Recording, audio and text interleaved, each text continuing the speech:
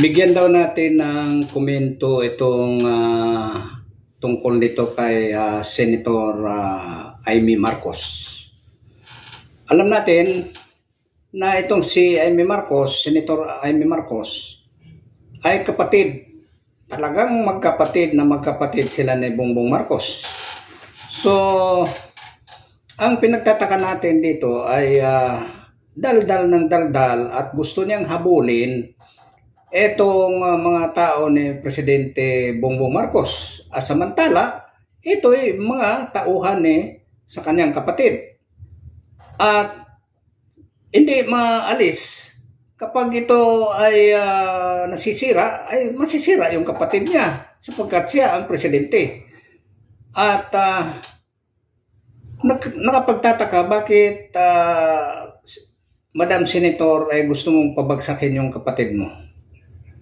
Anong dahilan? Hindi namin alam. Pero isang bagay na pumunta sa isip namin, natanim sa isip namin, na gusto mong pabagsakin si Presidente Bongbong Marcos dahil ayaw mo siguro diyan sa mga membro ng pamilya. Pero hindi ganon siguro ang dapat mong gawin, pabagsakin mo yung kapatid mo. Ngayon, mga kapatid, mga kababayan, at ito nagbibigay lang tayo ng komento. Dahil nakapagtataka nga, daldal ng daldal at gustong habulin itong mga tauhan ng mga sekretaris ng kanyang kapatid.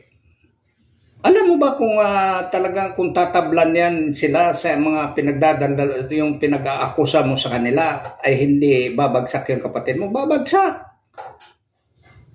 Sapagkat yan ang nagiging, alam mo na, yung hidwaan ng yung kinakampihan mo, mga Duterte, at sa hidwaan ng iyong pamilya ay matindi. Hindi ito ordinaryong hidwaan. Kita mo nga si BP Sara kung saan-saan na napunta, kung ano nang pinagdadaldal. So, nagtataka kami bakit ikaw na punta sa isip namin, natanim sa isip namin na siguro naghuhugas kamay ka lang, natatakot ka pagbagsak ng kapatid mo. Dahil kasama ka, gusto mo maghugas kamay o magpalit ka ng balat. Di ba? Palagay mo kaya pagbagsak ng kapatid mo hindi ka kasama? Hindi.